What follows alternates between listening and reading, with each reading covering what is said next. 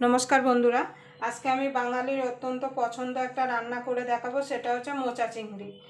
Mocha चिंगड़ी करार जन्य एखाने आमी एकटा मोचा परिष्कार करे बेचे धुए परिष्कार करे बेचे केटे निয়েছি, केटे जले भिजिए रेखेছি जाते कष्टটা बेरिये जाए। एबार आमी मोचाटाके सिद्ध करे नेब।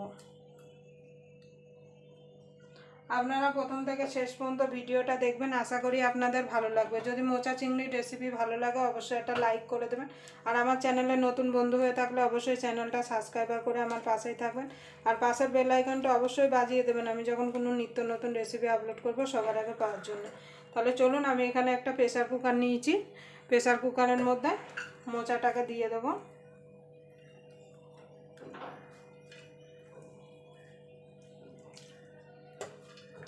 এই মোচা চিংড়ি বানানো যেমন সোজা, গরম ভাতের সঙ্গে খেতেও কিন্তু অসাধারণ লাগে। এবার আমি জল দিয়ে দেবো, খুব বেশি জল দেবো না।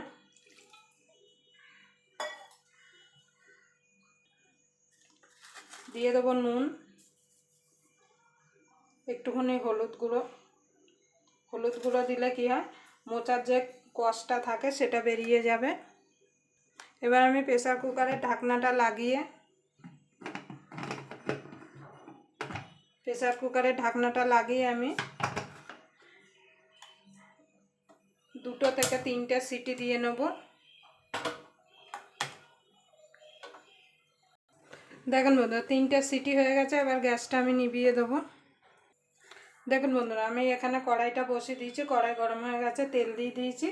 এবার প্রথমে আমি চিংড়ি মাছটা ভেজে নেব। আমি এখানে চিংড়ি মাছটা পরিষ্কার করে বেছে নুন হলুদ মাখিয়ে রেখেছি, পরিষ্কার বেছে ধুয়ে নুন হলুদ মাখিয়ে রেখেছিলাম। এবার চিংড়ি মাছটা আমি হালকা করে ভেজে নেব। চিংড়ি মাছ কোনো সময় বেশি ভাজবেন না, তাহলে কিন্তু শক্ত হয়ে যাবে। দেখুন বন্ধুরা চিংড়ি মাছটা ভাজা হয়ে গেছে, আমি তুলে নেব।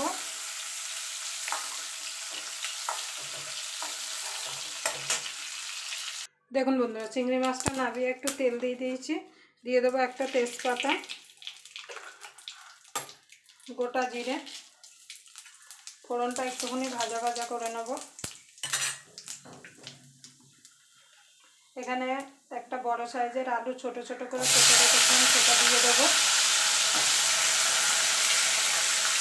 আমি আলুটা আলাদা ভেজে দিচ্ছি, আপনারা চাইলে মোচার সঙ্গে সিদ্ধ করেও দিতে পারেন।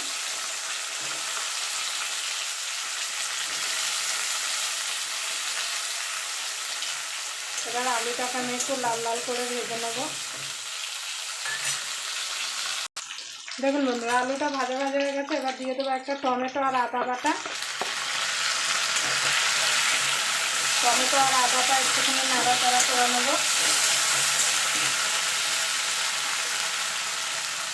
এবার আমি এই বাটির মধ্যে কিছু গুঁড়ো মশলা দেবো। হলুদ গুঁড়ো, ধনের গুঁড়ো, জিরের গুঁড়ো, ঝাল লঙ্কার গুঁড়ো। ঝালটা আপনাদের স্বাদ মতো দেবেন। এইটা আমি জল দিয়ে একটা পেস্ট বানিয়ে নেব। দেখুন বন্ধুরা আদাটা টমেটোটা ভালো করে আলুর সঙ্গে আমি নাড়াচাড়া করে নিয়েছি। এবার দিয়ে দেবো যে মশলাটা গুলে রেখেছিলাম, সেই মশলাটা দিয়ে একটু ভালো করে কষিয়ে নেব।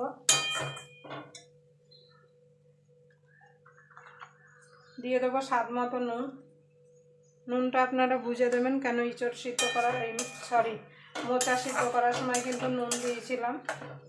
এবারে এটাকে আমি একটু নাড়াচাড়া করে কষিয়ে নেব। এবার যে মোচাটা সিদ্ধ করে রেখেছিলাম নুন হলুদ দিয়ে আমি জল ঝরিয়ে নিয়েছি, সেটা দিয়ে দেবো। দিয়ে ভালো করে মিশিয়ে নেব।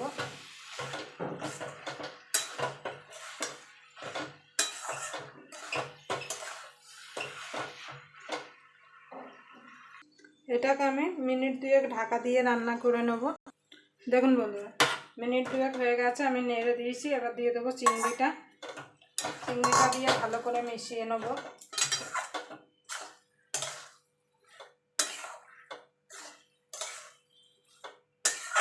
আপনারা এর মধ্যে ছোলা দিতে পারেন, কিন্তু আমি দেবো না, কারণ আমি চিংড়ি মাছ দিয়ে আছে তো চিংড়ি মাছের সঙ্গে ছোলাটা আমরা পছন্দ করি না।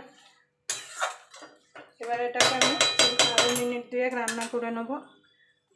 দেখুন বন্ধু মোচাটা হয়ে এসছে, দিয়ে দেবো চিনি একটুখানি,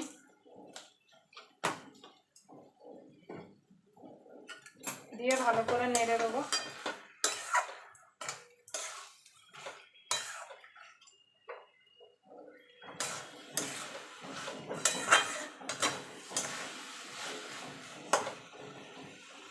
দেখুন বন্ধু মোচাটা হয়ে গেছে, দিয়ে দেবো গরম মশলা। আমি এখানে বেটে গরম মশলা দিয়েছি, আপনারা চাইলে গোটা এই গুঁড়ো গরম মশলাও দিতে পারেন। দিয়ে দেবো ঘি,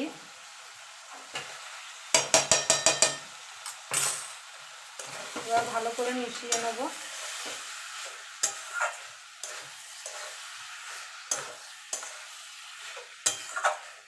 দেখুন আমার মোচা চিংড়ি একদম রেডি।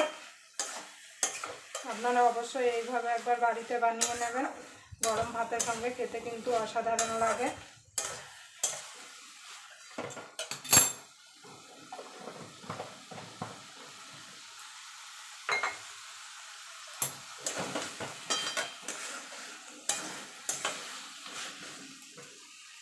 দেখুন বন্ধুরা মোচা চিংড়ি হয়ে গেছে, এবার আমি নিভিয়ে দেবো।